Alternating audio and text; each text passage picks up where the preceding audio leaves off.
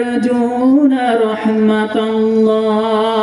আল্লাহু গফুরুর রহিম। আল্লাহ পাক রব্বুল আলামিন কোরআনুল কারীমের মধ্যে বলেন, হে আমার বান্দারা, তোমরা যারা আমার নিয়ামত পেয়ে যারা শুকরিয়া আদায় করলে, তোমরা কি জানো আমার রহমতের আশা কারা করতে পারে?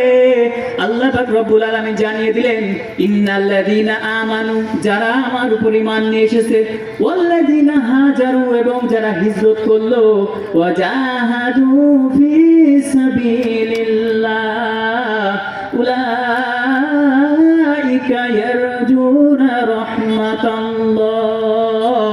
ওয়াল্লাহু গফুরুর রহিম। আল্লাহ পাক রব্বুল আলামিন বলছেন, আমার উপরে যারা ঈমান নিয়ে আসলো এবং যারা হিজরত করলো, আল্লাহ পাক রব্বুল আলামিন বলেন, এরপরে যারা আমার রাস্তায় জিহাদ করলো, আমার রাস্তায় যারা জান দিল, আমার রাস্তায় যারা মাল দিল, আমার জমিনের উপরে যারা দ্বীন প্রতিষ্ঠা করার জন্য চেষ্টা সাধনা সংগ্রাম যারা করলো, আল্লাহ পাক রব্বুল আলামিন বলেন উলাইকা ইয়ারজুনা রাহমাতাল্লাহ